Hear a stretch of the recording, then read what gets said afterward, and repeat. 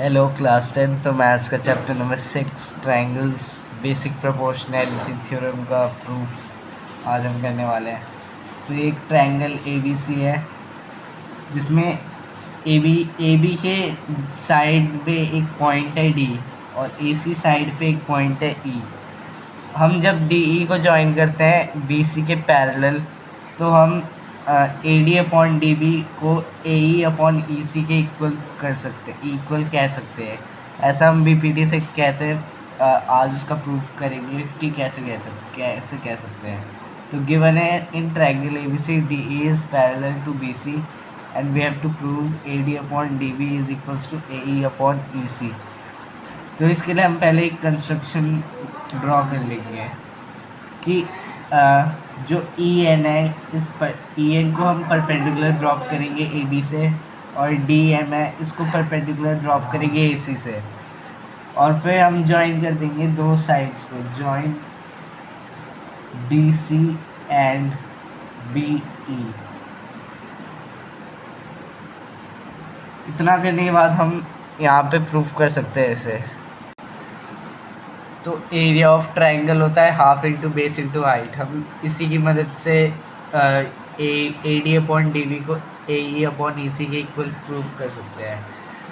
तो हम पहले ट्रायंगल ए डी ई यानी ऊपर वाले ट्रायंगल का एरिया निकाल लेते हैं। Area of triangle A D E वो क्या होगा, half into base into height which is equals to area of triangle A D equal होगा half into base into height के। तो वो हो जाएगा हाफ इंटू बेस। अगर हम ए डी लेते हैं, ए डी बेस अगर हम लेते हैं तो उसके लिए हाइट क्या हो जाएगी, हाइट हो जाएगी उसके सामने वाली परपेंडिकुलर, सामने वाली वर्टेक्स से परपेंडिकुलर यानी ई एन।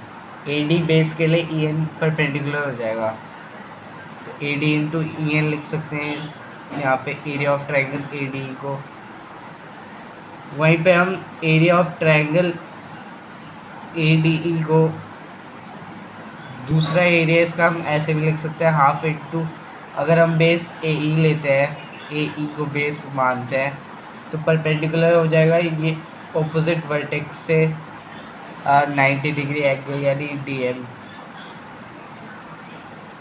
वैसे ही अगर नीचे वाले ट्रायंगल्स देखे जाए तो area of triangle B D E यानी एरिया ऑफ ट्रायंगल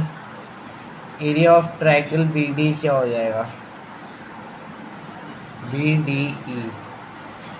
तो वो हो जाएगा हाफ इंटू बेस, अगर हम बेस को बी डी मानते हैं या फिर डी बी एक ही चीज़ है। तो इसके लिए हाइपोटेनस बाहर वाला जो ई एन, तो area of triangle B D क्या हो जाएगा, इसका बेस बी डी और इसका मतलब राइट एंगल ट्रायंगल यानी परपेंडिकुलर होगा जो कि ई एन होगा, क्योंकि ये एक ऑब्ट्यूस एंगल ट्रायंगल है तो इसका परपेंडिकुलर बाहर की तरफ शिफ्ट होगा, बाहर की तरफ हमें देखने को मिलेगा। वैसे ही एरिया ऑफ अगर ट्रायंगल डी सी ई निकाले यानी ये वाला ट्रायंगल जो है इसका एरिया निकाले तो इसके लिए बेस हम ई सी लेंगे और परपेंडिकुलर डी एम लेंगे। डी ये भी एक ऑब्ट्यूस राइट एंगल ट्रायंगल है तो हम कह सकते हैं कि half into base into height, इसके लिए हमने हाफ इंटू ई सी इंटू डी एम लगाया है।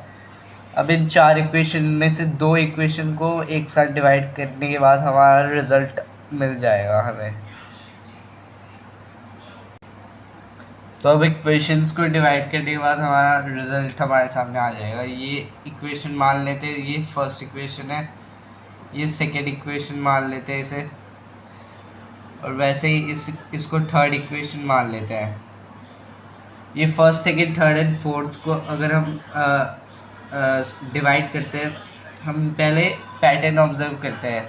ई N half half, D M half half common है और हमारी जो साइड्स हमें रिक्वायर्ड है वो साइड्स भी हमें मिल रही है। तो हम फर्स्ट और सेकेंड इक्वेशन को डिवाइड कर देंगे यहाँ पे पहले। तो ये आ जाएगा ratio of area of triangle of A D E divided by area of triangle of B D E. तो ये रेशियो आ जाएगा हमारे पास हाफ इंटू ए डी का क्या था, A D into E N, half into A D into EN divided by half into BD into EN। Half से हाफ कैंसिल हो जाएगा, EN से EN कैंसिल हो जाएगा, हमारे पास रेशियो जो आ जाएगा वो AD अपॉन BD आ जाएगा, या फिर हम BD को DB भी लिख सकते हैं, यानी AD अपॉन DB का रेशियो हमारे पास आ चुका है इस एरिया ऑफ ट्रायंगल से। वैसे ही अगर हम थर्ड और फोर्थ को भी डिवाइड कर देते हैं, divide equation third and fourth, तो हमारे पास रेशियो आ जाएगा area of triangle of ADE divided by area of triangle of DCE which is equals to ADE का यहाँ पे एरिया क्या है, half into AE into DM divided by half into EC into DM। DM cancel, half half cancel, तो ये ratio आ रहा है AE upon EC। अब हम अपने फाइनल कंक्लूजन की तरफ बढ़ते हैं। एरिया ऑफ ट्रायंगल ADE और एरिया ऑफ ट्रायंगल ADE हम कैसे भी निकालें, चाहे AD को बेस मानते हुए निकालें या फिर AE को बेस मानते हुए निकालें, हमारा एरिया हमेशा ट्रायंगल ऑफ ADE का आपस में सेम रहेगा। तो हम कह सकते हैं एरिया ऑफ ट्रायंगल ADE जो हमने फर्स्ट वाली इक्वेशन में निकाला था AD को बेस मानते हुए, वो एरिया इस एरिया के बराबर होगा। तो मतलब जो हमने फर्स्ट रेशियो निकाला है उसमें AD अपॉन DB निकाला था, फर्स्ट और सेकंड को डिवाइड करके AD अपॉन DB, ये रिजल्ट्स थे हमारे पास, और AE अपॉन EC। तो उसमें AD और AE इस वाले ट्रायंगल से आ रहे हैं, यानी ADE ट्रायंगल से आ रहे हैं, तो ये दोनों तो बराबर होंगे। अब हम प्रूफ कर सकते हैं कि DE is parallel to BC, ये हमें गिवन था क्वेश्चन में, और दो पैरेलल साइड्स के बीच में अगर हम ट्रायंगल बनाते हैं तो उनका एरिया भी सेम आता है, यानी ये जो ट्रायंगल्स है DBE, area of triangle BDE is as same as area of triangle of CDE। क्यों? क्योंकि these triangles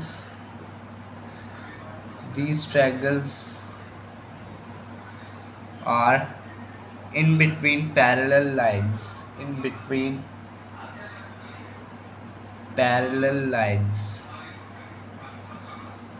ये दो पैरेलल लाइंस के बीच में, और वो पैरेलल लाइंस कौन से, DE एंड BC।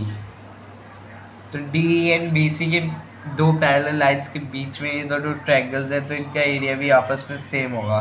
तो हम कह सकते हैं DB जो कि इस ट्रायंगल का पार्ट है और EC जो कि इस ट्रायंगल का पार्ट है, ये दोनों बराबर, तो ये पूरा रेशियो भी आपस में बराबर होगा, यानी AD upon DB must be equals to AE upon EC।